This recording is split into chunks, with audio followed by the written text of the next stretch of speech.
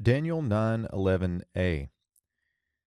V'cho Yisrael avaru et Toratecha, v'sor levilti shemoa bekolecha. So here we get, and all Israel today, and all Israel. Here's our third common plural verb. We have a call perfect. Verbal root here is avar, which means to pass over, or in this particular case, to pass over would be something like to transgress. So passing over that which is right. So now all of Israel, we could say transgressed. That's correct. Direct object marker, your Torah, your law. Now, let me mention this definite direct object marker here quickly. Just something to point out. This is the definite direct object marker. So what we mean by that is it marks a definite direct object. You might ask, how is this definite? Well, it's this pronominal suffix here on the end. So it's not just any law, it is 2ms, your law, which makes it more definite and hence the definite direct object marker. Next, we get the infinitive absolute of the verbal root sur. You can see this. And we turned aside.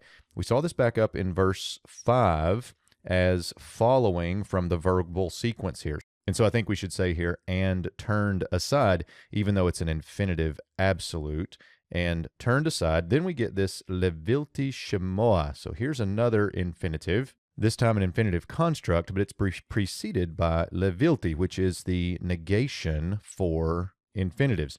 And I think I would take this as an epexegetical infinitive, even though the lamed is not here on shemoa. Now that's entirely normal because you want the lamed here is on the negation. But I think what we'd say here, and turned aside by not listening to your voice, by not heeding your voice. That's telling how. Now, this same levilti shemoa occurs also in Jeremiah 19:15. Down here, right there it is. Now, if you look at this last line, you get something like this. For they stiffened, direct object marker, their neck.